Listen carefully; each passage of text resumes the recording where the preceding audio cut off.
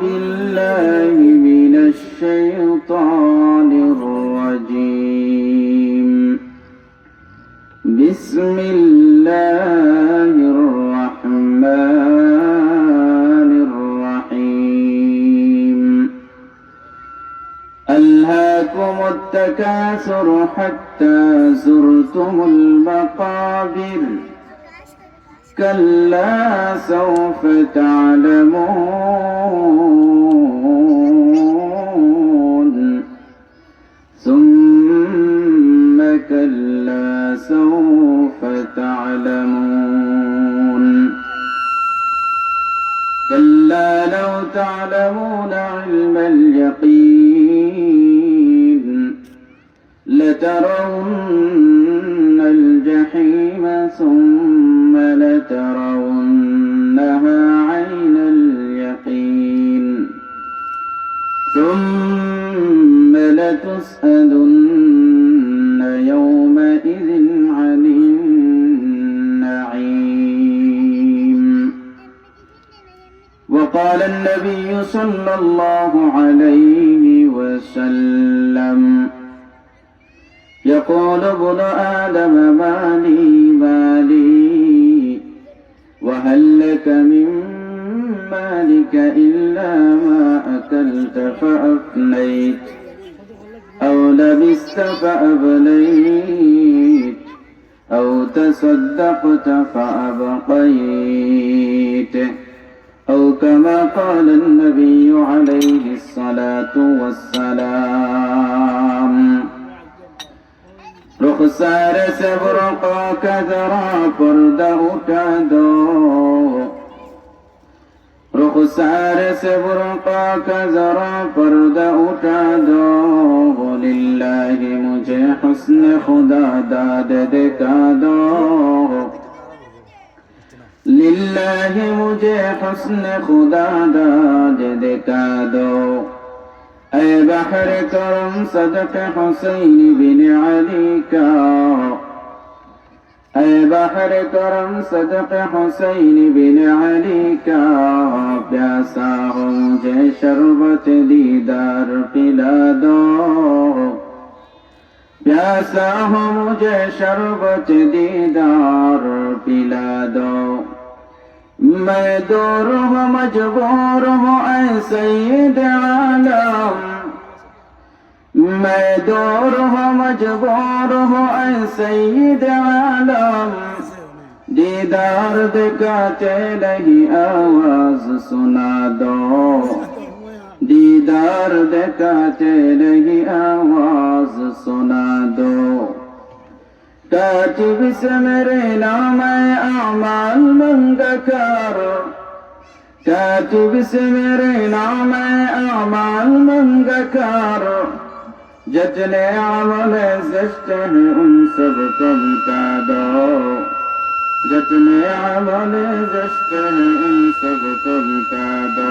لا الہ الا اللہ لا الہ الا اللہ محبت لا الہ الا اللہ لا الہ الا اللہ لا الہ الا اللہ. یاد میں تیرے سب کو بلا دو کوئی نہ مجھ کو یاد رہے یاد میں تیرے سب کو بلا دو کوئی نہ مجھ کو یاد رہے تجھ پر سب غربار لٹا دو خانہ دل آباد رہے سب خوشیوں کو آگ لگا دو غم سے تیرے دل شاد رہے سب کا نظر سے اپنی گرا دو تجھ سے فقط فریاد رہے. اب تو رہے بستاد میں آخر اب تو رہے بستاد میں آخر ورد زباں اے میرے الہ لا الہ الا اللہ لا الہ الا اللہ جرے لا الہ الا اللہ লা ইলাহা ইল্লাল্লাহু মুহাম্মাদুর রাসূলুল্লাহ সাল্লাল্লাহু আলাইহি ওয়াসাল্লাম। অনন্তপুর জামে মসজিদের উদ্যোগে আয়োজিত 22তম বার্ষিক ওয়াজ মাহফিলের চলমান অধিবেশনের শ্রদ্ধাভাজন সম্মানিত সভাপতি সাহেব, উপস্থিত জাতির বিবেক মুআজ্জিজ মুকাররম উলামায়ে কেরাম, আমার সঙ্গে উপবিষ্ট প্রাণ প্রিয় মুরব্বিয়ানে আযম, তাওহীদি জনতা, পর্দানিশীন আমার অত্যন্ত শ্রদ্ধেয় সম্মানিত মা বোনেরা, মহান রব্বুল আলামিনের দরবারে শুকরিয়া জ্ঞাপন করছি, যিনি অত্যন্ত দয়া করে মেহেরবানি করে প্রতি আজকের এই মুবারক মাহফিলের মধ্যে আল্লাহ তাআলা আমাদেরকে আসার এবং বসার তৌফিক দান করেছেন। এই জন্য মহান মালিকের দরবারে দিল থেকে, অন্তরের অন্তঃস্থল থেকে মহব্বতের সাথে আকাশ পাতাল প্রকম্পিত করে শুকরিয়া আদায় করে একটু জুড়ে সুরে বলে আলহামদুলিল্লাহ। আর একটু জুড়ে সুরে বলে আলহামদুলিল্লাহ। মুহতারাম হাজিরিন, আমি যে সূরা তেলাওয়াত করেছি, হাদিস আপনাদের সামনে পাঠ করেছি, সেই সূরা এবং হাদিসকে সামনে রেখে সূরা তাকাসুর সম্পর্কে কিছু আলোচনা পেশ করার চেষ্টা করব। মা তাওফীক ইল্লা বিল্লাহ।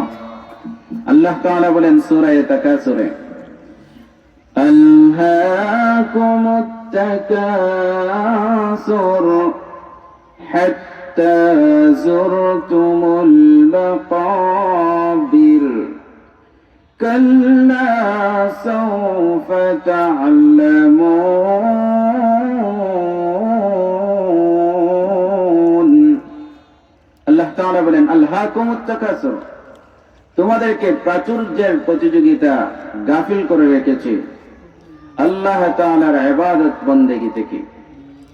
হাত্তা যুরতুমুল মাকাবির, তোমরা কবর পর্যন্ত আসার আগ পর্যন্ত প্রাচুর্যের প্রতিযোগিতা, দুনিয়া কামানোর প্রতিযোগিতা তোমাদেরকে আল্লাহর ইবাদত থেকে গাফিল করে রেখেছে। কাল্লা সাউফা তা'লামুন, এটা উচিত নয়। দুনিয়া কামানোর এই যে প্রতিযোগিতা রয়েছে, কে কতটুকু কামাইতে পারি, কে কত টাকা কামাইতে পারি, প্রতিযোগিতা। অমুক কামাইছে 1 লক্ষ টাকা, আমাকে কামাইতে হবে 2 লক্ষ টাকা। অমুকের 10 কেয়ার জমিন রয়েছে, আমার হতে হবে 20 কেয়ার। অমুকের একটা বিল্ডিং আছে, আমার হতে হবে 2টা বিল্ডিং। অমুকের একটা ব্যবসা প্রতিষ্ঠান আছে, আমার উন্নত মানের ব্যবসা প্রতিষ্ঠান লাগবে। অমুকের একটা সন্তান ইউরোপে রয়েছে, আমার কমপক্ষে 2-4টা সন্তান ইউরোপে যাওয়া লাগবে। এইরকম যে দুনিয়া কামানোর প্রতিযোগিতা, আল্লাহ তাআলা বলেন ইবাদত বন্দেগী করার সময় পাও না এই দুনিয়া কামানোর প্রতিযোগিতা ব্যস্ত থেকে থেকে। কাল্লা সাউফা তা'লামুন, আল্লাহ তাআলা বলেন এই যে ইবাদত কইয়া আল্লাহ তাআলার নাফরমানিতে তোমরা লিপ্ত রয়েছো, দুনিয়া কামানোর প্রতিযোগিতায় ব্যস্ত থেকে আল্লাহর ইবাদত করার সময় পাও না, এটা তোমাদের জন্য উচিত নয়, এটা তোমাদের জন্য সঠিক নয়। সাউফা তা'লামুন, অতি শীঘ্রই তোমরা জানতে পারবে। যখন কবরের মধ্যে যাবে তখনই তোমরা জানতে পারবে আল্লাহর ইবাদত বন্দেগী রেখে দুনিয়া কামানোর প্রতিযোগিতায় যে ব্যস্ত ছিলে, এটা তোমাদের জন্য কাল হয়ে দাঁড়াবে। কবরের মধ্যেই যাওয়ার পরে আমরা জানতে পারবো। আল্লাহ তাআলা এটা বলেন, সুম্মা কাল্লা সাউফা তা'লামুন, আল্লাহ তাআলা বলেন অতঃপর তোমরা জানতে পারবে যে এটা উচিত ছিল না। কবর থেকে যখন আমরা আল্লাহ তাআলার সামনে দাঁড়াবো, কিয়ামতের ময়দানে যখন একত্রিত হব, আল্লাহ তাআলা বলেন ওই সময়ে তোমরা আরো জানতে পারবে যে দুনিয়ার মধ্যে থেকে আখিরাতের প্রস্তুতি না নিয়ে দুনিয়া কামানোর প্রতিযোগিতায় লিপ্ত হয়ে তোমরা যে উচিত কাজ করো নাই, সেটা তোমরা জানতে পারবে আল্লাহ তাআলার সামনে দাঁড়ালে। একটু মনোযোগ দিয়ে শোনার চেষ্টা করবেন। সুম্মা কাল্লা সাউফা তা'লামুন কাল্লা লাউ তা'লামুনা ইলমাল ইয়াকিন, এটা তোমাদের জন্য উচিত নয়। তোমরা সত্যি সত্যি জানতে পারবে যখন মিজানের পাল্লা কায়েম হয়ে যাবে, তখন আরো বেশি জানতে পারবে। আল্লাহ তাআলা বলেন যদি তোমরা জানতে যে দুনিয়া কামানোর প্রতিযোগিতায় থেকে আল্লাহর ইবাদত বন্দেগী যে না করা এটা সঠিক নয়, এটা যদি তোমরা জানতে তাহলে দুনিয়া কামানোর প্রতিযোগিতায় তোমরা লিপ্ত হতে না। কাল্লা লাউ তা'লামুনা ইলমাল ইয়াকিন লাতারাউন্নাল জাহিম। আল্লাহ তাআলা বলেন অতি অবশ্যই তোমরা জাহান্নাম দেখবে। আমি শুধু তরজমা করতেছি সূরা তাকাসুরের। কাল্লা লাউ তা'লামুনা ইলমাল ইয়াকিন লাতারাউন্নাল জাহিম সুম্মা লাতারাউন্নাহা আইনাল ইয়াকিন। আল্লাহ তাআলা বলেন অতঃপর তোমরা জাহান্নামকে সচক্ষে দেখতে পাবে। আইনাল ইয়াকিন, একেবারে চোখ দিয়ে দেখলে যে এরকম ভাবে বিশ্বাস হয় ওই রকম ভাবে তোমরা জাহান্নাম দেখবে। সুম্মা লাতারাউন্নাহা আইনাল ইয়াকিন সুম্মা লাতুসআলুন্না ইয়াওমাইযিন আনিন নাঈম। অতঃপর তোমাদেরকে জিজ্ঞাসা করা হবে নাঈম সম্পর্কে, নিয়ামত সম্পর্কে। মুহতারাম হাজিরিন, এইগুলো সূরা তাকাসুরের মোটামুটি তরজমা। এবার আমি আপনাদের সামনে সূরা তাকাসুরের শানে নুজুল আলোচনা করব। একটু জিকির করি লা ইলাহা ইল্লাল্লাহ।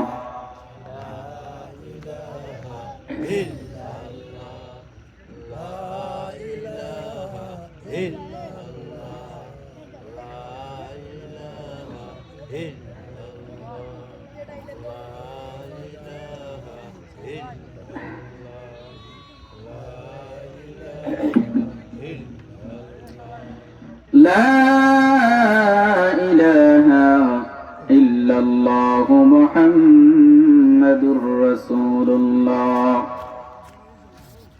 আল্লাহ তাআলা বলেন আলহাকুমুত তাকাসুর, দুনিয়া কামানোর প্রতিযোগিতা তোমাদেরকে ব্যস্ত রেখেছে আল্লাহ তাআলার ইবাদত বন্দেগী থেকে। হাত্তা যুরতুমুল মাকাবির, এমনকি তোমরা মৃত্যু পর্যন্ত দুনিয়া কামানোর প্রতিযোগিতায় লিপ্ত থাকো। কাল্লা সাউফা তা'লামুন, এটা তোমাদের জন্য কখনোই উচিত নয়, অতি শীঘ্রই তোমরা জানতে পারবে। মুসলমান ইমানদার গভীর মনোযোগ দিয়ে শোনার চেষ্টা করবেন। তাকাসুর মানে হলো দুনিয়া কামানোর প্রতিযোগিতা। আমরা দুনিয়া কামানোর প্রতিযোগিতায় লিপ্ত থাকি। আমার 1 লক্ষ টাকা হয়েছে, এটা আমার জন্য যথেষ্ট নয়। অমুকের 1 লক্ষ টাকা হয়েছে, সেই ব্যক্তি থেকে আমার বেশি টাকার দরকার। অমুকের জনবল রয়েছে, তার চাইতে আমার বেশি জনবল দরকার। অমুকের অর্থ বেশি, আমার অর্থ বেশি দরকার। অমুকের বেশি সম্পদ এবং সম্মান, তার চাইতে আমার বেশি সম্পদ এবং সম্মানের দরকার। এইটা করতে করতে করতে করতে করতে মৃত্যু পর্যন্ত চলে আসি আমরা। মৃত্যু পর্যন্ত এইরকম করতে করতে আল্লাহ তাআলার ইবাদত বন্দেগী করার সুযোগ হয় না অনেকের। আল্লাহ পাক রব্বুল আলামিন বলেন কাল্লা সাউফা তা'লামুন, অতি শীঘ্রই তোমরা জানতে পারবে এটা যে তোমাদের জন্য উচিত ছিল না। মুসলমান ভাইরা আমার গভীর মনোযোগ দিয়ে শোনার চেষ্টা করবেন। সূরা তাকাসুরের একটি ফজিলত প্রথমেই আপনাদের সামনে আলোচনা করতে চাই। সূরা তাকাসুর মান আলহাকুমুত তাকাসুর, আলহাকুমুত তাকাসুর, এই সূরা তাকাসুর আপনারা কে কে পারেন হাত একটু উঠান তো দেখি। আপনারা সবাই পারেন সূরা তাকাসুর? আলহামদুলিল্লাহ। ওই লামা দেখে বাটি থেকে আমি গিয়েছিলাম, জিজ্ঞাসা করেছিলাম, অনেক মানুষ ছিল। সূরা তাকাসুর কার কার মুখস্থ রয়েছে? শুধুমাত্র কেবলমাত্র কমপক্ষে 50 জনের উপরে মানুষ ছিল। বন্ধুরা আমার, শুধুমাত্র কেবলমাত্র একজন ব্যক্তি হাত উঠাইছে সূরা তাকাসুর পারে, আর কেউ উঠায় নাই। ভাগ্যের বিষয়ে খুশখবরি, বড় শুভ সংবাদের বিষয়, আপনারা সবাই সূরা তাকাসুর পারেন। এই সূরা তাকাসুরের মাত্র কয়েকটা আয়াত। এই সূরা তাকাসুর প্রত্যেকদিন একবার তেলাওয়াত করার চেষ্টা করব আমরা। আপনিও সূরা তাকাসুর পড়বেন প্রত্যেকদিন একবার, আমিও পড়ব একবার। আমল করার চেষ্টা করব মুসলমান। কেন? কারণ হলো সূরা তাকাসুরের একটা ফজিলত রয়েছে। আল্লাহর পয়গম্বর একদিন সাহাবায়ে কেরামকে জিজ্ঞাসা করলেন, আমার সাহাবায়ে কেরাম, من يستطيع أحدكم أن يقرأ 1000 آية في كل يوم। আমার সাহাবায়ে কেরাম, তোমাদের কে আছে প্রস্তুত সক্ষম যে প্রত্যেকদিন কোরআনুল কারীমের 1000 আয়াত তেলাওয়াত করবে? নবীজি যখন জিজ্ঞাসা করলেন, সমস্ত সাহাবায়ে কেরাম বন্ধুরা আমার সমস্যার জবাব দিলেন, পয়গম্বর, কে আছে প্রত্যেকদিন কোরআনুল কারীমের 1000 আয়াত তেলাওয়াত করার উপর সক্ষম? কারণ হলো পবিত্র কোরআনুল কারীমের 1000 আয়াত তেলাওয়াত করা সবচেয়ে কোনো কথা নয়। 1000 আয়াত তেলাওয়াত করা বড় সহজ কোনো বিষয় নয়। কারণ হলো কোরআনুল কারীমের আয়াত সংখ্যা হচ্ছে 6234টা। এই জায়গায় আমি আপনাদেরকে জিজ্ঞাসা করতে চাই, কোরআনুল কারীমের আয়াত সংখ্যা কত? একটু জবাব দিবেন নি আপনারা? কোরআনুল কারীমের আয়াত সংখ্যা কত বলেন তো দেখি? কোরআনুল কারীমের আয়াত সংখ্যা শুধুমাত্র কেবলমাত্র এই জায়গায় একজন বললেন 6666টি, কিন্তু অনেক জায়গায় জিজ্ঞাসা করলে সবাই তো বলে 6666টি আয়াত। মুসলমান বলুন তো দেখি, আপনারা কি কোনোদিন কোরআনুল কারীমের আয়াত সংখ্যা নিজে গণছেন নাকি শুনে বলছেন 6666টি আয়াত? গণছেন নি আপনারা? কেউ তো গণছেন না। আমি বুঝলাম না, আপনারা দুই সাইডে মাঝখানে আসলে কোনো সমস্যা হবে?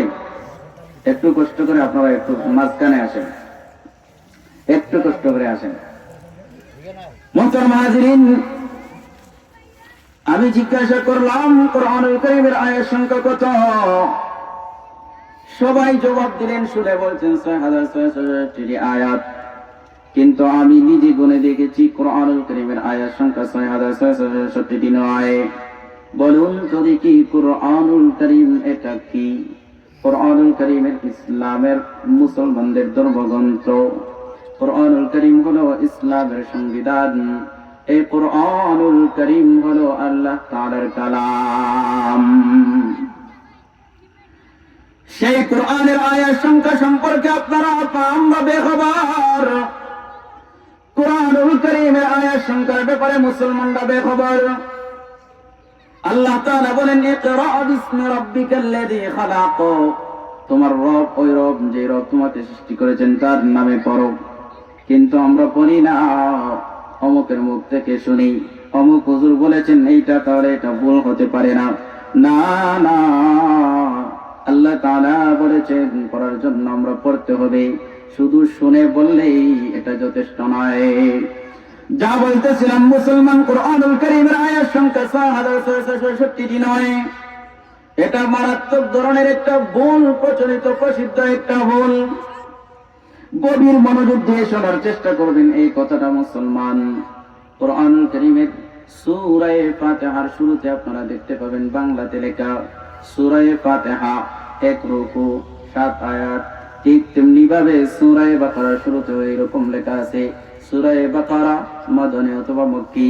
এইরকম ভাবে সূরা আলে ইমরানের মধ্যে রয়েছে সমষ্টি কোন কত আয়াত রয়েছে এই সূরার মধ্যে, এটা লেখা থাকে শুরুতেই। কোরআনুল কারীমের মধ্যে রয়েছে 114টা সূরা। 114টা সূরার মধ্যে বন্ধুরা আমার, প্রত্যেকটা সূরার শুরুতেই লেখা রয়েছে এই কত আয়াত রয়েছে এই সূরার মধ্যে। এইরকম ভাবে যদি আমরা হিসাব করি তাহলে কোরআনুল কারীমের মোট আয়াত সংখ্যা বের হয়ে যাবে। একদিন চেষ্টা করবেন কোরআনুল কারীম নিয়ে 114টা সূরার প্রত্যেকটা আয়াত সংখ্যা মিলানোর জন্য।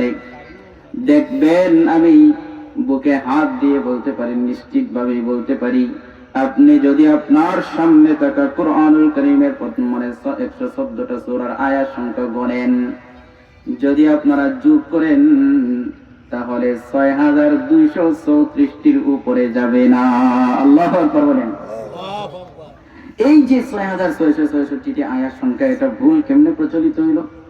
এটা সম্ভবত কোন এক মন্ত্রী পরিষদে অথবা কোন প্রধানমন্ত্রীর কোন একটা বড় মাহফিলের মধ্যে কোন একজন আন্দাজে বলে ফেলেছিল 6666টি, 6 মিলাইতে গিয়া আর এইভাবেই কোরআনুল কারীমের আয়াত সংখ্যাটা প্রচলিত হয়ে যায়, প্রসিদ্ধ হয়ে যায়।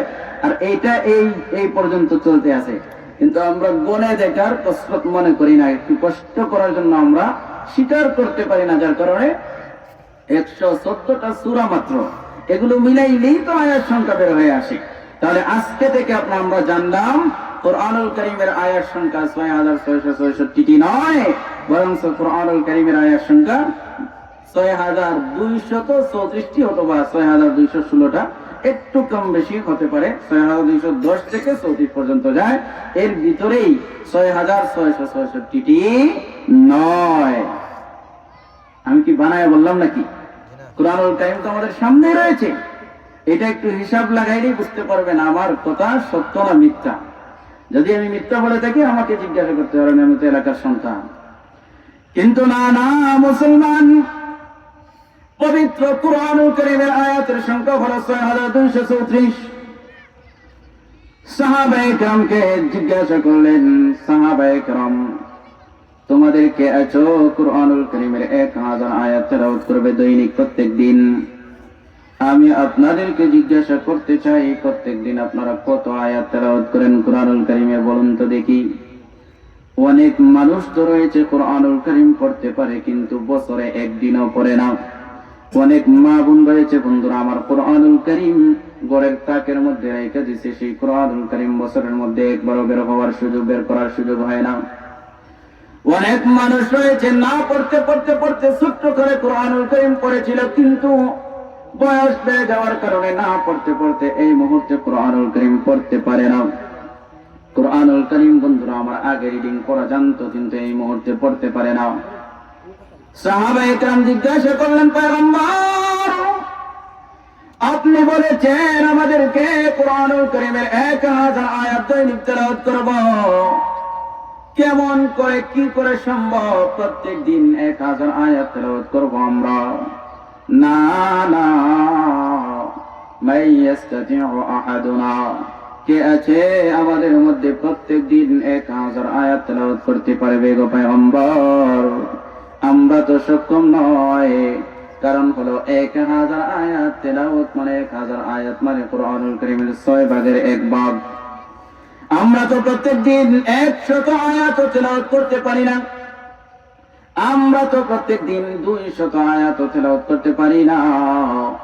কেমন করে প্রত্যেক দিন আমরা 1000 আয়াত তেলাওয়াত করব গো পয়গম্বর?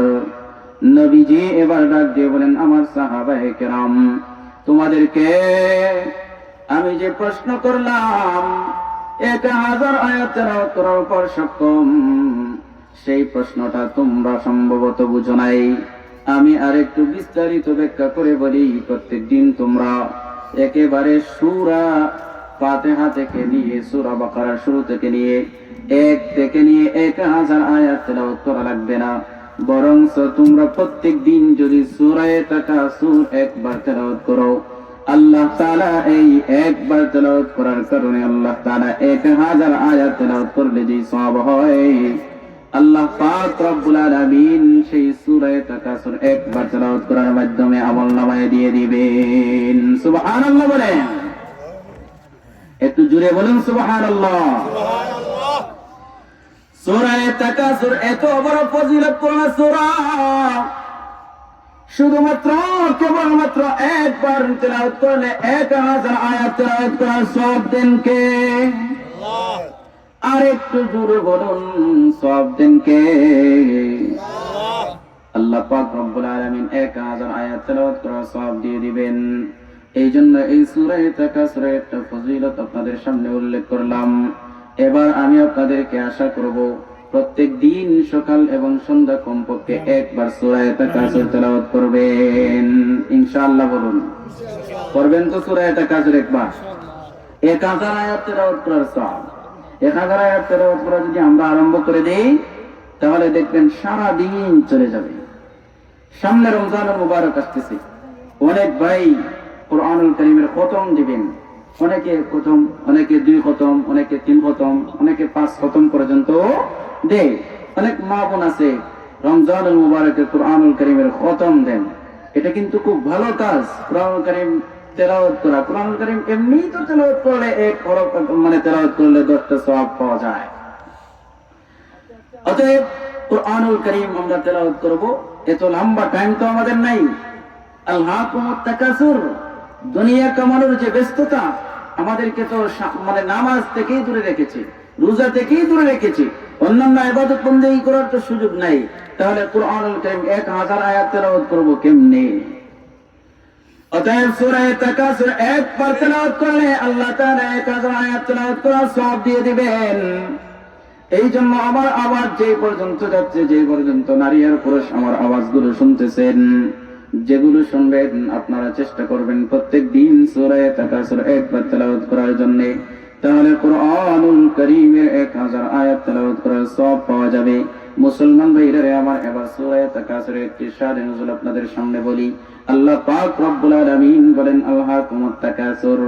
তাকাসুর মানে দুনিয়া কামানোর প্রতিযোগিতা, সম্মান কামানোর প্রতিযোগিতা, সম্পদ কামানোর প্রতিযোগিতা, গোষ্ঠী বড় করার প্রতিযোগিতা, শক্তি বড় করার প্রতিযোগিতা, দুনিয়া কামানো যাকে বলে সেটার প্রতিযোগিতা আমাদেরকে ইবাদত থেকে গাফিল করে রেখেছে।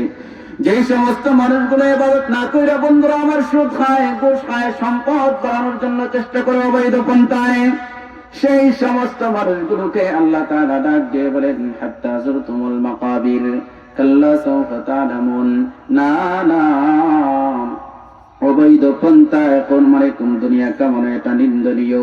অবৈধ পন্থায় তোমরা দুনিয়া কামানোর চেষ্টা করবা না, বৈধ পন্থায় দুনিয়া কামানোর চেষ্টা করবে, তাহলে সেটাও ইবাদত হয়ে যাবে। হাত্তা যুরতুমুল মাকাবির, মৃত্যু পর্যন্ত, কবর পর্যন্ত চলে যায়। মক্কার 2টা গ্রুপ, এক গোষ্ঠীর নাম হলো বনু সাহাম, আরেক গোষ্ঠীর নাম হলো বন্ধুরা আমার বনু আব্দে মানাফ। এই 2টা গোষ্ঠী তারা কি করলো, এক গোষ্ঠী আরেক গোষ্ঠীকে বলে, আমাদের গোষ্ঠীর মধ্যে বেশি নেতা, আমাদের গোষ্ঠীর মধ্যে বেশি ধনী সম্পদশালী ব্যক্তি, তোমাদের গোষ্ঠীর মধ্যে এইরকম ধনী সম্পদশালী ব্যক্তি নাই। বনু আব্দে মানাফ জবাব দিল বনি সাহাম, আমরা জানি তোমাদের গোষ্ঠীর মধ্যে কেমন নেতা আছেন, কেমন বিচারী। আমাদের বনু সাহাবের বনু আব্দে মানাফ এই গোষ্ঠীর মধ্যে যে পর্যায়ের নেতা রয়েছে, বিচারক রয়েছে, যে পর্যায়ের বন্ধুরা আমার ধনী সম্পদশালী ব্যক্তি রয়েছে, তোমাদের গোষ্ঠীর মধ্যে নাই। এবার বনু সাহাম হাইরা গেল। সত্যি সত্যি দেখা গেল বনু আব্দে মানাফের মধ্যে শক্তিশালী নেতা রয়েছেন, সম্পদশালী বড় বড় নেতা রয়েছেন। এবার বনু সাহাম বলে, আমাদের যে বিচারক রয়েছেন, আমাদের যে মুরব্বীগুলো রয়েছেন, আমাদের যে সম্পদশালী ব্যক্তিগুলো ছিলেন, তারা এক পর্যায়ে কবরের মধ্যে চলে গেছেন।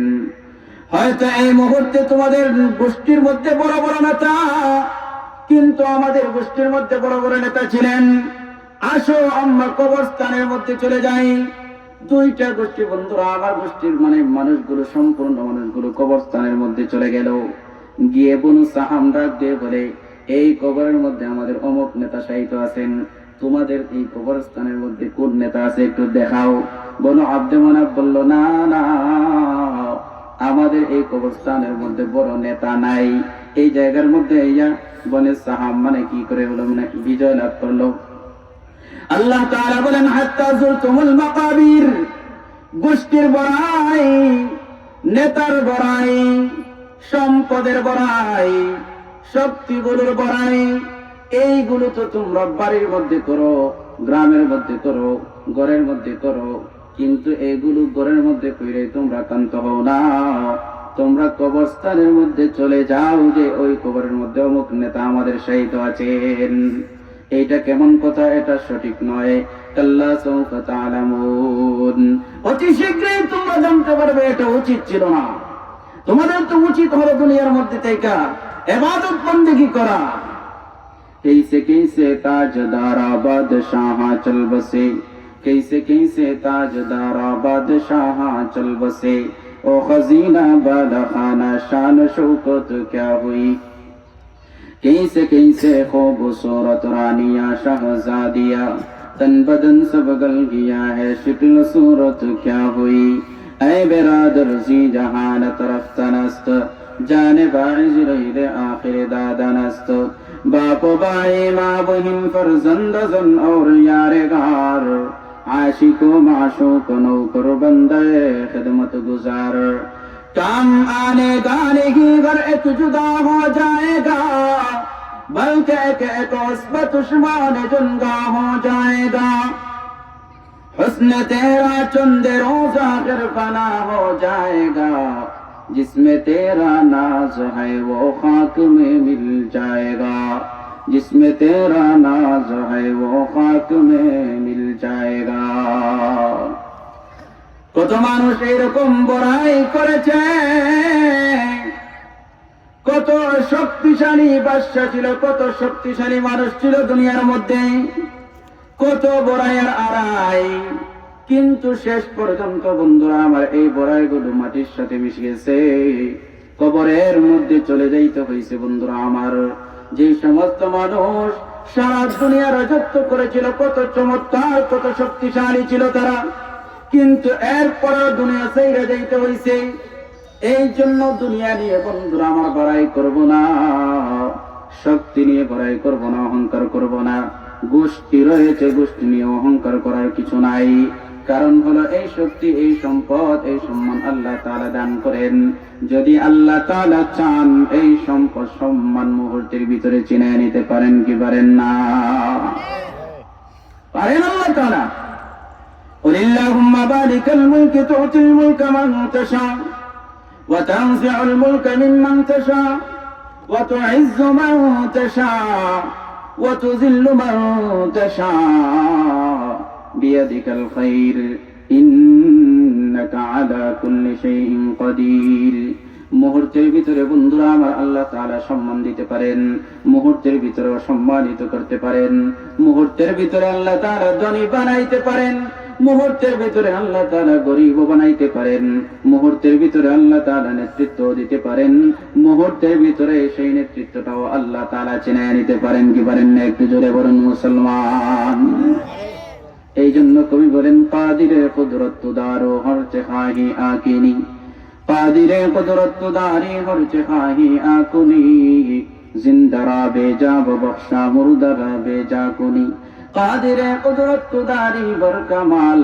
আনতা রব্বি আনতা হাসবি যুল জালাল মুসলমান ইমানদার এই জন্য দুনিয়া কামানোর প্রতিযোগিতা আমরা করব না আখিরাত কামানোর প্রতিযোগিতা আমাদেরকে করতে হবে দুনিয়ার এই যে সম্পদ এবং ধন সম্পদ মাল রয়েছে এগুলো কোনস্থায়ী আল্লাহর পয়গম্বর বলেন ইয়াকুলু ইবনু আদম মালি মালি ওয়া হাল্লাকা মিন মালিকা ইল্লা মা আকালতা আমার আপনার পয়গম্বর বলেন আমার উম্মত আদম সন্তান বলে আমার সম্পদ আমার বাড়ি গাড়ি মিল ফ্যাক্টরি বন্ধু আমার আল্লাহর পয়গম্বর বলেন আদম সন্তান এগুলো বলে বড়াই করে না না ওয়াহাল্লাকা মিন মালিকা ইল্লা মা আকালতা তোমার সম্পদ আমি বলে দেই পয়গম্বর বলেন তিনটা সম্পদ হলো তোমার সম্পদ এক নম্বর হলো তুমি যা খেলে সেটা তোমার আসল সম্পদ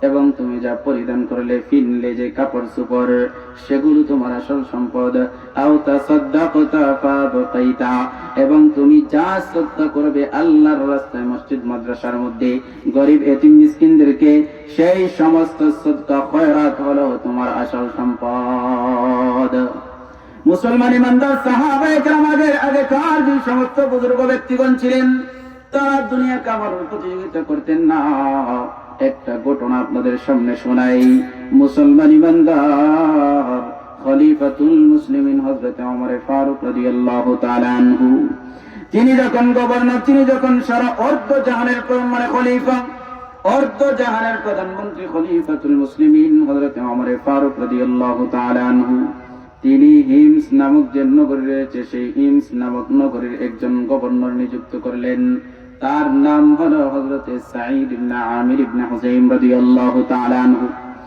সাঈদ ইবনে আমির রাদিয়াল্লাহু তাআলা আনহু হিমস নগরীর বন্ধু আমার গভর্নর একজন এমপি প্রধানমন্ত্রী এমপি মন্ত্রী দীর্ঘদিন পরে খলিফাতুল মুসলিমিন প্রধানমন্ত্রী তিনি চলে গেলেন হিমস নামক শহরে সফর করার জন্য খলিফাতুল মুসলিমিন হযরত ওমর ফারুক রাদিয়াল্লাহু তাআলা আনহু বন্ধুরা আমার হিমস নগরীতে গেলেন, জনগণের সামনে গেলেন, জিজ্ঞাসা করলেন, আমার জনগণ, হে হিমস নামক শহরের জনগণ, তোমাদের যে মন্ত্রী রয়েছে, গভর্নর রয়েছে সাঈদ ইবনে আমির সম্পর্কে একটু আমাকে জানাও। জনগণ প্রধানমন্ত্রীর কাছে বন্ধুরা আমার তাদের গভর্নর এবং মন্ত্রী সম্পর্কে চারটা অভিযোগ করল। তারা জানে, খলিফাতুল মুসলিমিন, আপনি যেই গভর্নর নিযুক্ত করলেন সেই গভর্নর সম্পর্কে আমাদের চারটা অভিযোগ রয়েছে। এক নম্বর অভিযোগ হলো তিনি প্রত্যেক দিন অফিস টাইম হলো 10টার সময় আসার কথা, কিন্তু প্রত্যেক দিন ওনার আধা ঘন্টা 1 ঘন্টা লেট হয়ে যায়। 2 নম্বর অভিযোগ, তিনি বন্ধুরা আমার দিনের বেলা আমাদের সমস্যার কথা শুনেন, কিন্তু রাত্রে বেলা কোনো সমস্যার সমাধান আমাদেরকে দেন না। 3 নম্বর অভিযোগ হলো খলিফা, 3 নম্বর অভিযোগ হলো আমাদের গভর্নর সম্পর্কে তিনি প্রত্যেক মাসে 1 দিন অনুপস্থিত থাকেন অফিস টাইমে। 4 নম্বর অভিযোগ হলো আমাদের গভর্নর সাঈদ ইবনে আমির রাদিয়াল্লাহু তাআলা আনহু তিনি মাঝে মাঝে বেহুশ হয়ে যান।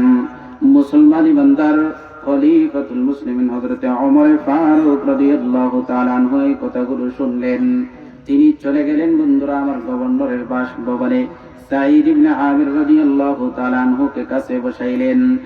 আর খলিফাতুল মুসলিমিন হযরত ওমর ফারুক রাদিয়াল্লাহু তাআলা আনহুর সামনে জনগণকে ডাক দিয়ে বলেন, জনগণ, তোমরা একটু আগে যে চারটা অভিযোগ করেছিলে, তোমরা অভিযোগগুলো আমাদেরকে একটা একটা করে শোনাও। এই মুহূর্তে প্রত্যেকটা অভিযোগের সদুত্তর যদি আমার খলিফা, আমার গভর্নর যদি না দিতে পারেন, তাহলে আমি তাকে জিজ্ঞাসা করব, কৈফিয়ত নিব। মুসলমান ইমানদার জনগণ এবার প্রধানমন্ত্রীর সামনে বন্ধুরা আমার অভিযোগ পেশ করতেছেন একজন এমপি মন্ত্রী সম্পর্কে। 1 নম্বর অভিযোগ হলো আমাদের যে গভর্নর সাঈদ ইবনে আমির রাদিয়াল্লাহু তাআলা আনহু প্রত্যেকদিন অফিস টাইমে একটু লেট করে আসেন। বুঝতেছেন আমার কথা? আমাদের যে গভর্নর রয়েছে তিনি অফিস টাইমে 10টার সময় আসার কথা, কিন্তু তিনি প্রত্যেকদিন একটু লেট হয়ে যায়, আধা ঘন্টা 10 মিনিট 20 মিনিট লেট হয়ে যায়। কেন গো খলিফাতুল মুসলিমিন, আমাদের গভর্নর এতটুকু লেট করেন? এইগুলো তো বলতে পারছিল খলিফাতুল মুসলিমিন ওমর প্রধানমন্ত্রী হওয়ার কারণে। আমি আপনাদেরকে জিজ্ঞাসা করতে চাই, বর্তমান সময়ে যে দেশের প্রধানমন্ত্রী রয়েছে সেইগুলো সামনে এগুলো আপনারা অভিযোগ পেশ করতে পারবেন? আমরা তো যাইতেই পারতাম না। প্রধানমন্ত্রীর ভাই বলি না, কত আর্মি রেপ, কত প্রটোকল। একজন এমপির অবস্থা এরকম, একজন মেম্বার হইলেই তো তার হেডাম বেড়ে যায়। একটা কার্ড করতে গেলে কমপক্ষে 2000 টাকা লাগে। ঠিক বললাম না? ঠিক বললাম। কিন্তু অর্ধজাহানের খলিফা ফারুক আযম রাদিয়াল্লাহু তাআলা আনহুর সামনে জনগণ প্রশ্ন উত্থাপন করে অভিযোগ। সাঈদ ইবনে আমির রাদিয়াল্লাহু তাআলা আনহুকে বন্ধুরা আমার জিজ্ঞাসা করলেন খলিফাতুল মুসলিমিন ওমর। ওমর মনে মনে জিজ্ঞাসা করলেন আর মনে মনে দোয়া করেন, গো আল্লাহ, ফেরাসাতুল মুমিন, আমার ফেরাসত অন্তর্দৃষ্টি, আমি তো এই ব্যক্তিকে গভর্নর হিসাবে উপযুক্ত মনে করেছিলাম, কিন্তু এই মুহূর্তে দেখা যায় চারটা অভিযোগ শোনা যায় এই ব্যক্তি সম্পর্কে। ও গো রব্বুল আলামিন, আপনি আমাকে জনগণের সামনে লজ্জিত কইরেন না। খলিফাতুল মুসলিমিন ওমর ফারুক রাদিয়াল্লাহু তাআলা আনহু দোয়া করেন আর জিজ্ঞাসা করেন, তুমি 1 নম্বর প্রশ্নের জবাব দাও। এবার সাঈদ ইবনে আমির রাদিয়াল্লাহু তাআলা আনহু শরম লজ্জিত হয়ে চেহারাটা নিচের দিক দিয়ে বন্ধুরা আমার সাঈদ ইবনে আমির রাদিয়াল্লাহু তাআলা আনহু ডাক দিয়ে বলেন, খলিফা, আমি একজন গভর্নর, আমি একজন মন্ত্রী, আমি একজন এমপি, কিন্তু আমি প্রত্যেক দিন অফিস টাইমে লেট করে আসতে হয়। এর কারণ আমি আপনাদের সামনে, জনগণের সামনে বলতে আমার বড় লজ্জা লাগে। খলিফা, আমি প্রত্যেক দিন অফিস টাইমে লেট করে আসি, কারণ হলো আমার ঘরের মধ্যে একজন খাদেমা নাই, চাকরানি নাই। আল্লাহু আকবার বলেন। আরে একজন এমপি ঘরের মধ্যে খাদিম নাই, চাকর নাই। আশ্চর্যজনক কথা। সেই সাইদ ইবনে আবির রাদিয়াল্লাহু তাআলা আনহু ডাক দিয়ে বলেন, ওমর, আমি কারণ হলো আমার ঘরের মধ্যে কোনো খাদিমা নাই, কাজের লোক নাই। আমি প্রত্যেকদিন সকালবেলা নিচে আটা বানাই, গমকে প্রথমে পিষা মানে আটা বানাই, এরপরে সেই আটাকে খামিরা বানাই, এরপরে সেই খামিরা থেকে আমি একটু মানে রুটি বানাই, এরপরে এই রুটিটা খাইয়ে আসতে আসতে এই জন্য আমার প্রত্যেক দিন অফিস টাইমে আসতে একটু লেট হয়ে যায়। আল্লাহু আকবার বলেন। একজন এমপি মন্ত্রী, তার ঘরের মধ্যে কোনো কাজের লোক নাই। আর আমাদের কি অবস্থা? প্রত্যেকটা এমপি মন্ত্রী একজনের পিছনে কমপক্ষে 20-30 জন 50 জন লোক থাকে। আর তৎকালীন সময়ে সেই প্রধান মানে এমপি ঘরের মধ্যে কোনো কাজের লোক নাই, নিজে কাজ করতে হয়। কেমন অবস্থা? তারাই তো ছিলেন সোনালী মানুষ, তারাই তো ছিলেন দুনিয়ার মধ্যে জান্নাতি মানুষ। আল্লাহ তাআলা এই জন্যই তো সাহাবায়ে কেরামকে মানে বলে দিয়েছেন, রাদিয়াল্লাহু আনহুম ওয়া রাদু আন। আল্লাহ তাদের উপর সন্তুষ্ট, তারাও আল্লাহর উপর সন্তুষ্ট। সুবহানাল্লাহ বলেন। কিন্তু আমরা দুনিয়া নিয়ে ব্যস্ত, দুনিয়া কামানোর জন্য আমরা ব্যস্ত, কিন্তু তারা আখিরাত কামানোতে ব্যস্ত। গভীর মনোযোগ দিয়ে শোনার চেষ্টা করবেন মুসলমান। হযরতে খলিফাতুল মুসলিমিন ওমর রাদিয়াল্লাহু তাআলা আনহু যখন এই জবাবটা শুনলেন, সমস্ত উপস্থিত মানুষগুলো, লোকেরা, জনগণ শুনলেন, সবাই সদুত্তর পেয়ে গেলেন। তারা আর এর উপরে আর কোনো প্রশ্ন উত্থাপন করার সুযোগ নাই। এবার খলিফা ডাক দিয়ে বলেন, তোমাদের 2 নম্বর যে অভিযোগ রয়েছে, সেই 2 নম্বর অভিযোগটা একটু আমাকে শোনাও। 2 নম্বর অভিযোগ কি ছিল? তিনি রাতের বেলা কি করেন? আমাদের কোনো সমাধান দেন না, শুধুমাত্র কেবলমাত্র দিনের বেলা তিনি আমাদেরকে সমাধান দেন। মুসলমান ইমানদার, এবার জনগণ যখন এই প্রশ্ন উত্থাপন করলেন, তখন খলিফাতুল মুসলিমিন হযরতে ওমর ফারুক রাদিয়াল্লাহু তাআলা আনহু ডাক দিয়ে বলেন, সাইদ ইবনে আমির, এই প্রশ্নের জবাবটা তুমি আমাকে দাও। কেন তুমি রাতের বেলা কোনো সমাধান দাও না, কোনো জনগণের কোনো কথা শোনো না? কেন তুমি দিনের বেলা শুধুমাত্র কেবলমাত্র অফিস টাইম করো আর তুমি মানে কাজ করো না? সাইদ ইবনে আমির রাদিয়াল্লাহু তাআলা আনহু ডাক দিয়ে বলেন, খলিফাতুল মুসলিমিন ওমর, কেন গো আমি রাত্রি বেলা কোনো মানুষের সমাধান শুনি না? কারণ হলো, দিনের বেলা আমি অফিস টাইম মানুষের জন্য বরাদ্দ করে রাখছি, কিন্তু রাতের বেলা আমার আল্লাহর জন্য আমি বরাদ্দ করে রাখছি, রাতে ইবাদত করি। আর একটু জোরে বলেন সুবহানাল্লাহ। আমরা কি দিনের কোন একটা টাইম ইবাদতের জন্য নির্ধারণ করে রাখছি? বলুন তো দেখি। না না, আপনিও নির্ধারিত টাইম রাখেন নাই, আমিও রাখি নাই। আমি বক্তা, কিন্তু আমিও রাখি নাই। সবারই একই অবস্থা। কারণ হলো, কিয়ামতের আগ মুহূর্ত চলতেছে। না হলে এই জায়গার মধ্যে আমার মতো নালায়েক মানে বসার কথা ছিল না। আরো উত্তম এবং আরো উত্তম শেখে গাজীনগরী, শেখে কাতিয়ার মতো ব্যক্তিরা এই জায়গার মধ্যে বসার কথা ছিল। 2 নম্বর প্রশ্নের জবাব কত চমৎকার!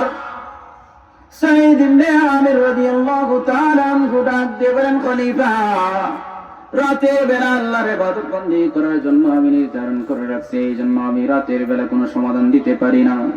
সবাই নিশ্চুপ, সবাই শান্ত হয়ে গেল। জনগণকে জিজ্ঞাসা করলেন, 3 নম্বর প্রশ্ন বলো, 3 নম্বর অভিযোগ। তারা ডাক দিয়ে বললেন, আমাদেরকে গভর্নর, এমপি, মন্ত্রী রয়েছেন সাইদ ইবনে আমির, তিনি প্রত্যেক মাসে একদিন অনুপস্থিত থাকেন। আল্লাহু আকবার বলেন। প্রত্যেক মাসে কয়দিন অনুপস্থিত থাকেন? একদিন অনুপস্থিত থাকেন। আর এইটার ব্যাপারে প্রধানমন্ত্রীর কাছে অভিযোগ চলে গেছে। কিন্তু আমাদের সরকারি যে অফিসগুলো রয়েছে, বলুন তো দেখি কয়দিন অনুপস্থিত থাকে এরা? কতদিন অনুপস্থিত থাকে? হিসাব আছে? আর আধা ঘন্টা 1 ঘন্টা লেট হয়, তাও অভিযোগ। কিন্তু আমাদের সরকারি মানুষের, সরকারি অফিসাররা কি করে? অফিস টাইম হলো 10টার সময়, আপনি 12টার সময় যাওয়ার পরে দেখবেন স্যার আসেন নাই, স্যার আসেন নাই। পিএস বলতেছে, স্যার এখনো আসেন নাই, আসবেন একটা।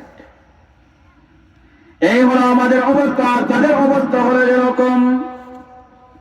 তিন নম্বর প্রশ্ন কি যেন ছিল? প্রত্যেক মাসে একদিন হযরতে সাঈদ ইবনে আমির রাদিয়াল্লাহু তাআলা আনহু উপস্থিত থাকেন। দেখো মুসলমান, কত আল্লাহ ওয়ালা ছিলেন সাহাবায়ে কেরাম। আগের মানুষগুলো কত মুত্তাকি পরহেজগার ছিলেন। দুনিয়ার প্রতি বিন্দু মাত্র তাদের একটু আকর্ষণ ছিল না যে দুনিয়ায় একটু জায়গা বাড়া কিনি, দুনিয়ায় একটু বিল্ডিং বানাই, ব্যাংক ব্যালেন্স বাড়াই। সাহাবায়ে কেরামের এই চিন্তা ছিল না।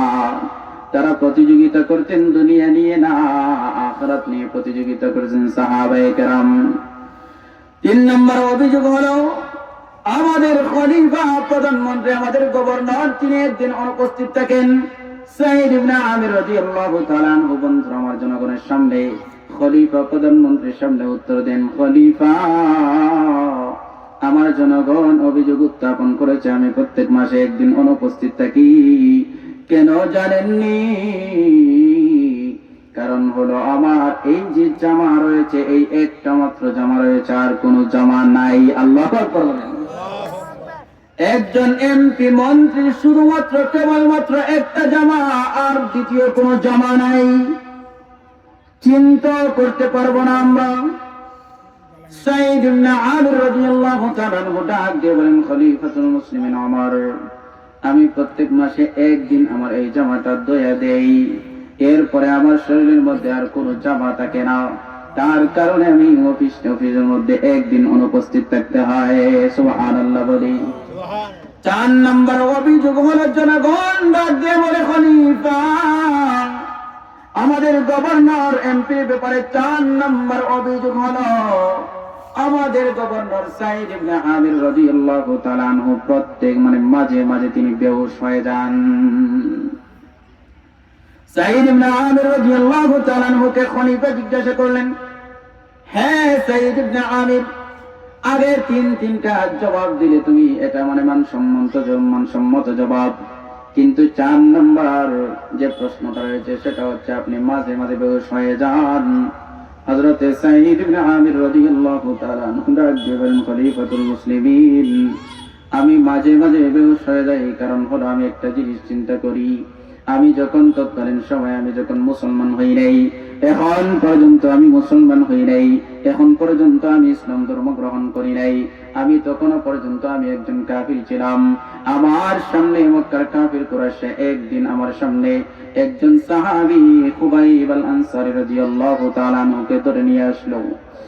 আমার সামনে খুবাইব রাদিয়াল্লাহু তাআলা আনহুকে খেজুর গাছের মধ্যে বাঁধলো। সমস্ত উপস্থিত কাফির বেঈমানেরা তীর দিয়ে খুবাইব আল আনসারী রাদিয়াল্লাহু তাআলা আনহুর শরীরের মধ্যে তীর দিয়ে তার শরীরটা জাজরা করে ফেলতেছে। আমি নিজ চোখে দেখতেছি আর আফসোস করতেছি, আমি কিছুই করতে পারলাম না। খুবাইব আল আনসারী রাদিয়াল্লাহু তাআলা আনহুকে এরকম মারতেছে, আর মক্কার কাফির বেঈমানেরা, এই উপস্থিত কাফিররা খুবাইবকে জিজ্ঞাসা করতেছে, খুবাইব তোমাকে আমরা এই মুহূর্তে ছেড়ে দিব, তবে একটা জিনিস তুমি শুধুমাত্র মেনে নাও, শুধুমাত্র কেবলমাত্র একটা জিনিস মেনে নাও, তাহলে আমরা তোমাকে আর নির্যাতন করবো না, ছেড়ে দিব। মুসলমান ভাইরা আমার গভীর মনোযোগ দিয়ে শুনবেন। খুবাইব রাদিয়াল্লাহু তাআলা আনহুকে কাফিররা জিজ্ঞাসা করলো, বলল, ও খুবাইব তুমি শুধুমাত্র কেবলমাত্র একটা জিনিস মেনে নাও, তোমার জায়গার মধ্যে মুহাম্মদ রয়েছেন, আর আমরা মুহাম্মদকে তোমার জায়গার মধ্যে এইরকম ভাবে বাইধা রাখছি, অপমান করতেছি, শুধুমাত্র কেবলমাত্র এই জিনিসটা মেনে নিলেই আমরা তোমাকে মুক্ত করে দিব। সাঈদ ইবনে আমির রাদিয়াল্লাহু তাআলা আনহু বলেন, খলিফা শুনুন, বড় কঠিন কথা, বড় মর্মন্তুদ বড় কথা। সাঈদ ইবনে আমির বলেন, খুবাইবকে যখন এই প্রস্তাব দিল কাফির বেঈমানেরা, খুবাইবের সমস্ত শরীর থেকে বন্ধুরা আমার রক্ত ঝরছে, হাজারো তীর ওনার শরীরের মধ্যে বিদ্ধ হয়েছে। এমত অবস্থায় যখন পয়গম্বরকে তার নিজের জায়গার মধ্যে রাখার প্রস্তাব দিল, খুবাইব ডাক দিয়ে বলেন, হে কুত্তার দল, হে কাফির বেঈমানেরা, হে মক্কার কাফির কুরাইশ, তোমরা আমাকে এই যে প্রস্তাব দিয়েছো এটা তো অনেক বড় কথা, আমি খুবাইব এটা বিশ্বাস করি না, মানতে পারি না। আমি ঘরের মধ্যে বসে থাকবো আর আমার হাবিব পয়গম্বর, আমার মহব্বত, আমার মাশুক, আমার মহব্বতের মানুষ, প্রিয় মানুষ মুহাম্মদুর রাসূলুল্লাহ সাল্লাল্লাহু আলাইহি ওয়াসাল্লাম, তিনি বাহিরে হাঁটবেন আর তার পায়ের মধ্যে সামান্য একটা কাঁটা ঢুকবে, এই খুবাইব ঘরের মধ্যে থেকে এটাও মানতে পারে না। আল্লাহু আকবার। মুসলমান ভাইরা আমার, সাইদ ইবনে আমির রাদিয়াল্লাহু তাআলা আনহু ডাক দিয়ে বলেন, খলিফা, আমি তখনও পর্যন্ত মুসলমান হই নাই, কিন্তু আমার সামনে আল্লাহর পয়গম্বরের একজন খাঁটি আশিক রাসূলকে এরকম ভাবে নির্যাতন করা হলো, আমি কিছুই করতে পারলাম না। যখনই আমার এই অবস্থার কথা, ঘটনার কথা যখন মনে হয়, তখন আমি আর নিজেকে কন্ট্রোল করতে পারি না। এই জন্য গো খলিফাতুল মুসলিমিন, মাঝে মাঝে আমি বেহুশ হয়ে যাই। সুবহানাল্লাহ বলেন। আল্লাহর পয়গম্বরের প্রতি কেমন মহব্বত ছিল সাহাবায়ে কেরামের। সাঈদ ইবনে আমির রাদিয়াল্লাহু তাআলা আনহু চারটা প্রশ্নের অভিযোগ দিয়ে দিলেন। দেখুন, সাঈদ ইবনে আমির রাদিয়াল্লাহু তাআলা আনহু দুনিয়ার প্রতি কোনো মহব্বত এবং মায়া ছিল না, আকর্ষণ ছিল না। যদি তার আকর্ষণ থাকতো, তিনি তো ছিলেন এমপি মন্ত্রী, কত টাকা সম্পদ তার হাতের মধ্যে আসতো, কিন্তু এগুলো কিছুই রাখতেন না। খলিফাতুল মুসলিমিন হযরত ওমর ফারুক রাদিয়াল্লাহু তাআলা আনহু, তিনি এই মাহফিলটা শেষ করে দিলেন, সমস্ত প্রশ্নের জবাব পেয়ে গেলেন। গভর্নর তার নিজের স্থানের মধ্যে, পদের মধ্যে বহাল রইলেন। এবার হযরত ওমর ফারুক রাদিয়াল্লাহু তাআলা আনহু কি করলেন? ঘরের মধ্যে যখন আসলেন, গভর্নরের বাসভবনের মধ্যে যখন আসলেন, তার যে খাদিম ছিল, খলিফাতুল মুসলিমিনের যে খাদিম ছিল, সফর সঙ্গী ছিল, তাকে বললেন, আমার ব্যক্তিগত তহবিল থেকে 100 দিনার সাঈদ ইবনে ওমরকে একটু উপহার দাও। 100 দিনার। 100 দিনার এই মুহূর্তে কমপক্ষে 1 লক্ষ টাকা হবে তৎকালীন সময়ের তুলনায়। খলিফাতুল মুসলিমিন প্রধানমন্ত্রী ওমর রাদিয়াল্লাহু তাআলা আনহু গভর্নরকে এই অবস্থা দেখে, ওনার খাদিম নাই, কাজের লোক নাই, ওনার কাপড় মাত্র একটা, উনি এইরকম অবস্থা, এই গভর্নরকে প্রধানমন্ত্রী তিনি কি করলেন? 100 দিনার দিলেন, মানে 1 লক্ষ টাকা উপহার দিলেন। একটু মনোযোগ দিয়ে শোনার চেষ্টা করবেন। তো 1 লক্ষ টাকা দিনার, 1 লক্ষ টাকা পাওয়ার পর সাঈদ ইবনে আমির রাদিয়াল্লাহু তাআলা আনহু তিনি ঘরের মধ্যে নিয়ে আসলেন। দেখুন, দুনিয়ার প্রতি, তাদের টাকা পয়সার প্রতি কোনো লোভ লালসা ছিল না, কোনো লোভ লালসা ছিল না।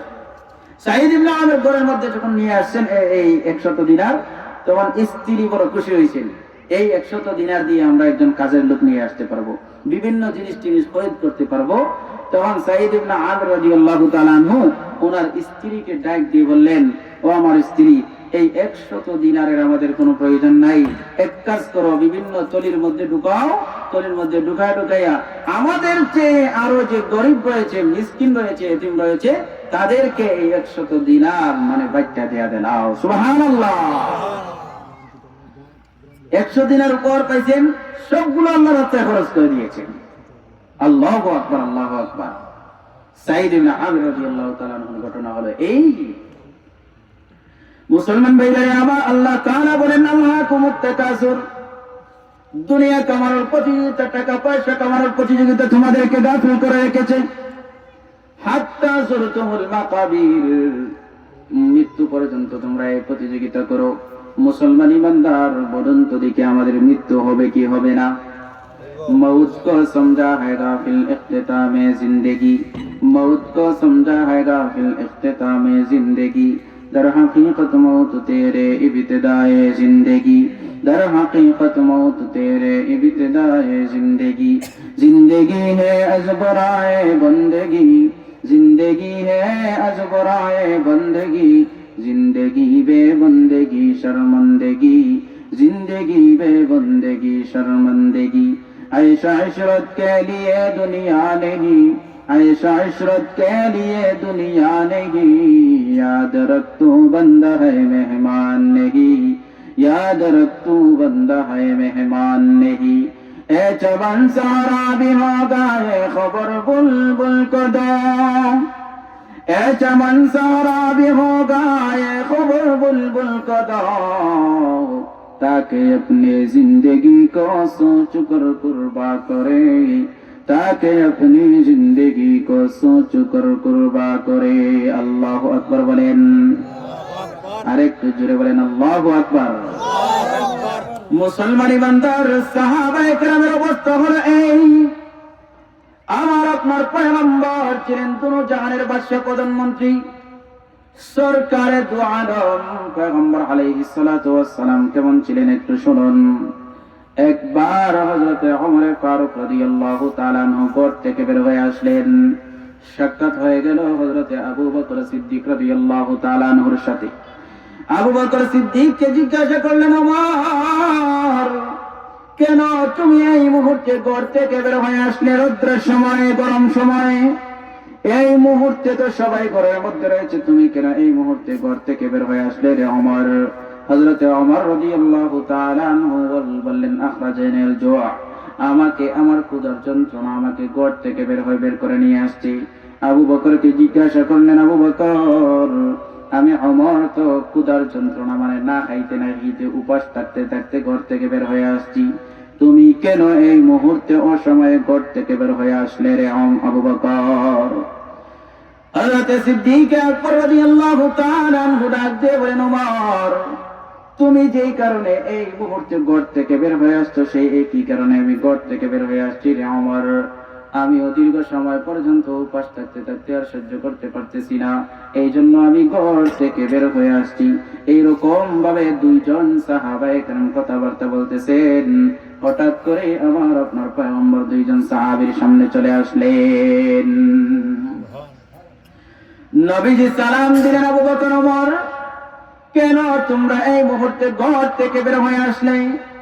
দুজন সাহাবী জবাব দিলেন, পয়গম্বর, আখরাজানা আল জুআ, আমাদেরকে ঘর থেকে বের করে নিয়ে আসছে, দীর্ঘ সময় পর্যন্ত আমরা খাইতে পারতেছি না গো পয়গম্বর। সাহাবী হযরত সিদ্দিক আকবর জিজ্ঞাসা করলেন, ইয়া রাসূলুল্লাহ, ইয়া হাবিবাল্লাহ, ও গো পয়গম্বর, এই মুহূর্তে তো আপনার ঘর থেকে বের হওয়ার সময় না, কিন্তু আপনি ঘর থেকে বের হয়ে আসলেন কেন? নবীজি ডাক দিয়ে বলেন, আবু বকর, ওমর, তোমরা যেই কারণে ঘর থেকে বের হয়ে আসছো সেই একই কারণে আমি নবীও ঘর থেকে বের হয়ে আসছি। আল্লাহু আকবার বলেন। দুনো জাহানের সরদার পয়গম্বর তিনি বুঝি ঘর থেকে না খাইতে খাইতে ঘর থেকে বের হয়ে আসলেন। যেই পয়গম্বরকে আল্লাহ তাআলা এত সম্পদ দেওয়ার জন্য অফার করেছিলেন, পয়গম্বর, যদি আপনি চান এই উহুদ পাহাড়কে স্বর্ণে রূপান্তরিত করে আপনাকে দিয়ে দিব। আল্লাহু আকবার বলেন। শুধু আমার আপনার পয়গম্বরকে আল্লাহ তাআলা অফার করেন নাই, মক্কার কাফির বেঈমানেরা রুদ্ধদ্বার বৈঠকে পয়গম্বরকে অফার করেছিল, মুহাম্মদ, যদি তুমি চাও তাহলে আমাদের মক্কার মধ্যে সবচেয়ে ধনী তোমাকে বানায় দিব। আল্লাহু আকবার বলেন। কিন্তু আমার আপনার পয়গম্বর দুনিয়ার সম্পদকে বন্ধুরা আমার আপন করে নেন নাই, আখিরাতকেই আল্লাহর পয়গম্বর মানে আপন করে নিয়েছেন। এই জন্য আল্লাহর পয়গম্বর বলে দিয়েছেন, আল কাইয়িসু মান দানা নাফসাহু ওয়া আমিলা লিমা বা'দাল মাউত, প্রকৃত বুদ্ধিমান জ্ঞানী তো ওই ব্যক্তি যে নিজেকে চিনে এবং আখিরাতের জন্য প্রস্তুতি নেয়। এই জন্য দুনিয়া কামানোর প্রতিযোগিতা করব না। আল্লাহর পয়গম্বর হাদিসের মধ্যে বলেন, দীর্ঘ আলোচনা করব না, সময় শেষ হয়ে যাচ্ছে। আল্লাহর পয়গম্বর বলেন, ইয়াকুলু ইবনু আদম মালি মালি, আদম সন্তান বলে আমার সম্পদ, আমার সম্পদ, আমার বাড়িঘর, আমার টাকা পয়সা, মিল ফ্যাক্টরি, গাড়ি বাড়ি। মুসলমান ইমানদার, আল্লাহর পয়গম্বর বলেন, তোমার তো তিনটা সম্পদ, একটা হলো তুমি যা খাইলে এটা সম্পদ, যা কিনলে এটা তোমার সম্পদ, আর যা মসজিদ মাদ্রাসা এতিম মিসকিনকে সদকা করলে সেটা হলো তোমার সম্পদ। আল্লাহু আকবার বলেন। এই জন্য আমাদের এই মসজিদ মাদ্রাসা এতিম মিসকিনকে দান সদকা করার দরকার আছে না নাই? একটু জোরে বলুন। আচ্ছা, এত দীর্ঘ সময় আপনারা আলোচনা শুনলেন, এখন যদি আমি আপনাদের সামনে কিছু মানে আবেদন প্রস্তাব করি, যদি আমি আপনাদের কাছে কিছু চাই আল্লাহর হস্তে, তাহলে কি আপনারা আমাকে রেখে চলে যাবেন? সবাই চলে যাবেন না শেষ পর্যন্ত থাকবেন ইনশাআল্লাহ তাআলা? আল্লাহ তাআলা তৌফিক দান করুন। তাহলে বলুন, একজন মানুষ আমি চাই আল্লাহর হস্তে এই মসজিদের মধ্যে কে আসুন ৫,০০০ টাকা দান করবেন অথবা ৫ মণ ধান। একটু আমি চাই, এই সম্পদ তো আসল সম্পদ আমার না, এটা আল্লাহ তাআলা আমাকে দিয়েছেন। আমার সম্পদ, আসল সম্পদ হলো ওইটা যেটা আমি আল্লাহর রাস্তায় দান সত্য করবো, যেটা কবর পর্যন্ত যাবে, কবরের মধ্যে থাকবে, আপনার আত্মীয় স্বজন মাল সম্পদ এগুলো কবর পর্যন্ত চলে গিয়ে আবার ফিরে আসবে। শুধু সদকা খয়রাত, দান সদকা, নেক আমল এগুলো কবরের মধ্যে যাবে। তো একজন হাত উঠান তো দেখে, একজন মুরব্বী অথবা যুবক ভাই, যে 5,000 টাকা দিবেন। ওনার নাম কি? আব্দুল জব্বার সাহেব। নারায়ে তাকবীর, নারায়ে তাকবীর। আব্দুল জব্বার সাহেব 5,000 টাকা দান করবেন। আল্লাহ আপনি কবুল মঞ্জুর করে নেন। ওনার মাল আওলাদের মধ্যে খায়রের মানে ওনার মাল আওলাদের মধ্যে খায়রে বরকত দান করেন। ওনার মনের সমস্ত আশা আকাঙ্ক্ষা পুরা করে দেন। আল্লাহ কবরের মধ্যে এই দানের কারণে তুমি তাকে আযাব দিও না। দানের খবর পয়গম্বরের রওজা ধরে পৌঁছে দিন। আমিন ইয়া রাব্বাল আলামিন। 5,000 টাকা একজন দিয়েছেন। আমরা দোয়া করব এই টাকাগুলো অবশ্যই অবশ্যই আখিরাতে কাজে আসবে। আল্লাহ তাআলা বলেন, কাল্লা সাউফা তা'লামুন, শিগগিরই তোমরা জানতে পারবে। অর্থাৎ মৃত্যুর সাথে সাথেই মানুষ সবকিছু জেনে যায়, সে কি আমল করেছে কি না করেছে, মৃত্যুর সাথে সাথেই এগুলো প্রকাশিত হয়ে যায়। আল্লাহর রাস্তায় দিয়ে যাবেন। আব্দুল জব্বার সাহেব 5,000 টাকা দিয়েছেন। আরেকজন মুরব্বী আমি দেখতে চাই, যুবক দেখতে চাই, যে 5,000 টাকা আরো দান করবেন। বলুন তো একজন দেখি। আমরা দোয়া করবো আল্লাহ তৌফিক দিতে, সকলে বলুন আমিন। আয় আল্লাহ একজন আপনি ক্লিয়ার করে দেন, হিম্মত দেন, সাহস করায় দেন। শয়তানে তো ওয়াসওয়াসা দিচ্ছে, কুমন্ত্রণা দিচ্ছে। আরেকজন মুরব্বী অথবা যুবক 5,000 টাকা দেওয়ার জন্য একটু হাত তুলে আমরা দোয়া করবো ইনশাআল্লাহ তাআলা। 5,000 আরেকজন তুলেন। 5,000 5,000 আর কেউ আছেন? যে সমস্ত মা বোনেরা আওয়াজ মানে ওয়াজ শুনতেছেন, আপনি খবর পাঠান, ইমাম সাহেবকে ফোন দেন, হুজুরকে ফোন দেন যে আমি 5,000 টাকা দিব। অথবা যা পারেন, 5,000 না 2,000, এই মুহূর্তে আমি চলে আসলাম 2,000, বলুন 2,000 ইনশাআল্লাহ তাআলা। কে 2,000 টাকা দিবেন? আল্লাহর রাস্তে উঠবেন না, আল্লাহর রাস্তে শেষ পর্যন্ত থাকবেন ইনশাআল্লাহ তাআলা। এই টাকা পয়সা আমার আখিরাতের জন্য আমি রাখবো। ভাই দিয়েছেন, হাত তুলছেন। 2,000 5,000 2,000 টাকা, মাশাআল্লাহ।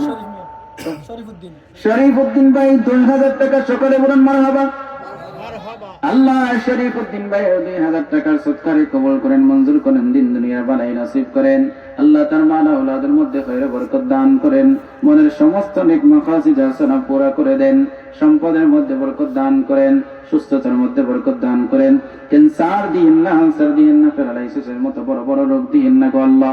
শরীফউদ্দিন ভাইয়ের সম্পদের মধ্যে তুমি খৈর বরকত দান করেন। রাসূলের রওজা তরের মধ্যে এই দানের খবরটা পৌঁছায় দেন। আমিন ইয়া রাব্বাল আলামিন।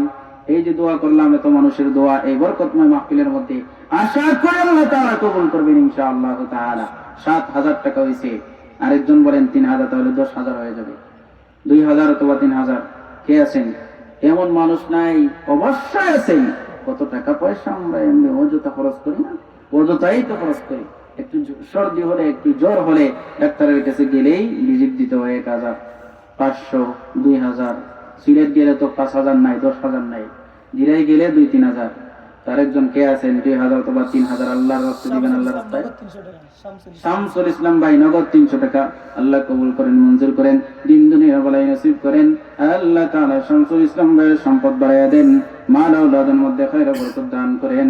আল্লাহ দানের খবর পয়গম্বর রওজা তরে পৌঁছায়া দিন। আমিন ইয়া রাব্বাল আলামিন। মুজিবুর রহমান 100 টাকা। আল্লাহ কবুল করেন, মঞ্জুর করেন, দিন দুনিয়া ভালাই নসিব করেন।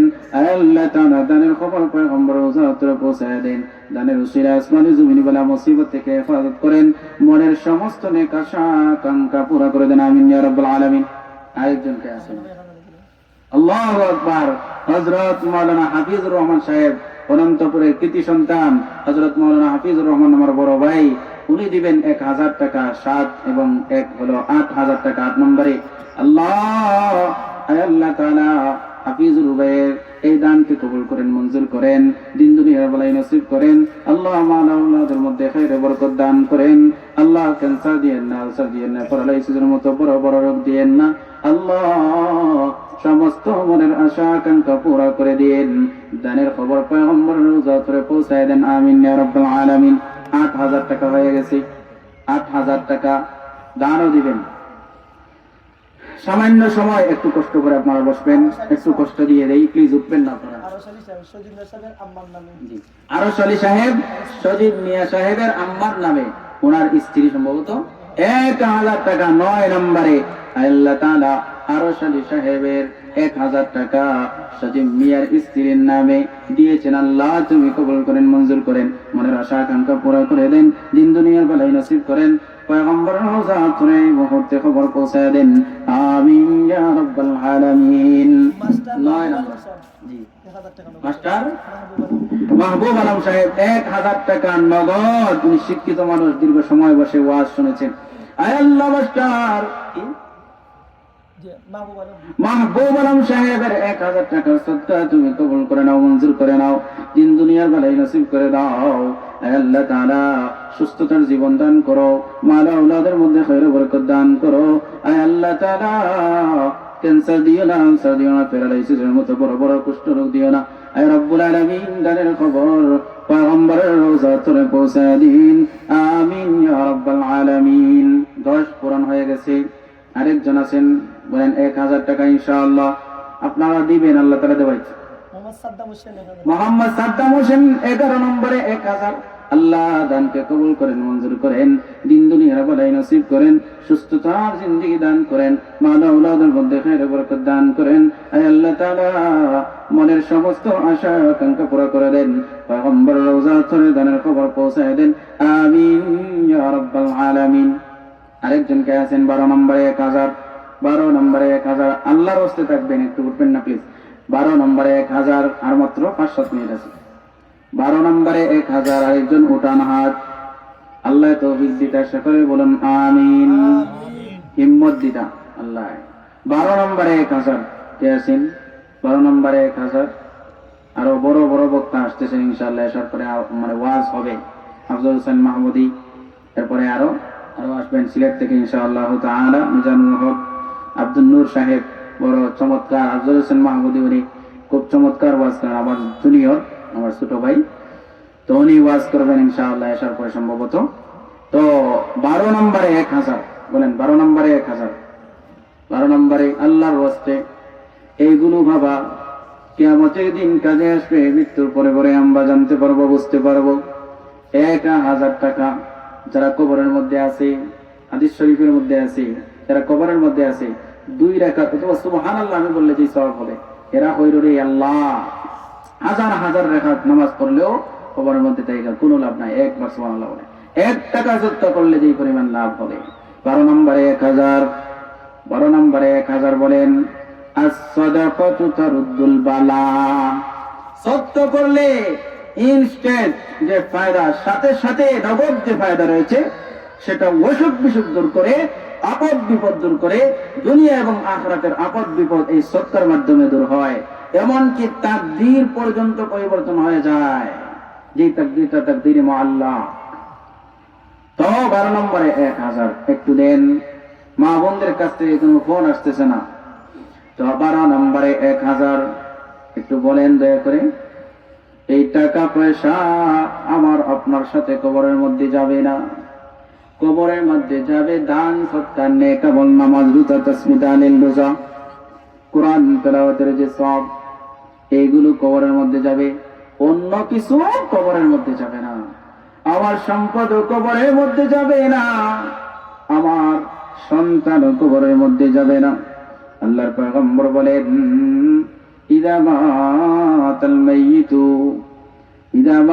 মাইয়িতু, তখন সব কিছু বন্ধ হয়ে যায় 3টা আমল বাদে, ইল্লা মিন সালাসা, ইল্লা মিন সাদাকাতিন জারিয়া। 1 নম্বর হলো সদকায়ে জারিয়া। এই মাদ্রাসা মসজিদের মধ্যে সদকা করলে এগুলো সদকায়ে জারিয়া। যতদিন এই মসজিদ থাকবে ততদিন পর্যন্ত কবরের মধ্যে থেকে থেকে এই সবটুকু পাওয়া যাবে ইনশাআল্লাহ। 11,000 টাকা দিয়েছেন মানে চান্দা, এই মুহূর্তে আরো দিবেন। তো এই যে কালেকশন, এই যে সদকা রয়েছে, এগুলো কবরের মধ্যে কাজে আসবে, হাসরের মধ্যে কাজে আসবে, কঠিন ফুল সিরাতের মধ্যে কাজে আসবে। আল্লাহু আকবার। এই কঠিন ফুল সিরাত পার হওয়া কত কঠিন, অত কঠিন। তো 12 নম্বরে 1000 একটু বলেন তো দেখি, আমি শেষ করে দিব। 12 নম্বরে 1000। এরকম কোন মানুষ নাই? 2 জন করে বলেন, 500 500। এক নম্বর 500 টাকা। 500 বলেন, 500। আল্লাহু আকবার, আমি কি শরম পেয়ে যাব? আপনারা বলবেন না? 500 বলেন একজন। 500, 500 টাকা বলেন। আর মনে হয় তারা কইতে না, বিষয় হওয়ার জন্য আল্লাহ জানে। আমার আব্বা আম্মার নাম বলতে গেলে 500। আল্লাহু আকবার। হাফিজুল ভাই আমার বড় ভাই, উনি দিবেন আব্বা আম্মার মাগফিরাতের জন্য আরো 500 টাকা। আল্লাহ কবুল করে নাও, মঞ্জুর করে নাও। হাফিজুল ভাইয়ের আব্বা আম্মার কবরে তুমি জান্নাতের বাগান বানায় দাও। যদি আযাবের মধ্যে গ্রেফতার থাকেন, আল্লাহ এই মুহূর্তে দিলে জানে কায় বড় ভাইকে আল্লাহ দোয়া করতেছি, ওনার আব্বা আম্মার কবরে জান্নাতের বাগান বানায় দাও। আরো যারা কবরবাসী ভাই মুর্দিগান এই গ্রামের মধ্যে রয়েছেন, প্রত্যেকের মা বাবার কবরে জান্নাতের বাগান বানায় দাও। আমিন ইয়া রাব্বাল আলামিন। আমাদেরকেও তো কবরের মধ্যে যেতে হবে না? কবরের মধ্যে যেতে হবে। এই জন্য বলেন, এক কদম তুমি আগাইতেছো, এক কদম আমরা আগালাম। একদিন গেল মানে আমি একদিন কবরের দিকে অগ্রসর হলাম। 2 দিন গেল মানে 2 দিন কবরের দিকে অগ্রসর হলাম। 1 মাস গেল, 1 বছর গেল, 2 বছর, 4 বছর চলে গেল, মানে 4 বছর আমি কবরের দিকে অগ্রসর হলাম। কবরের চিন্তা করতে হবে, কবরের চিন্তা করা দরকার, তাহলে অন্তর নরম হবে।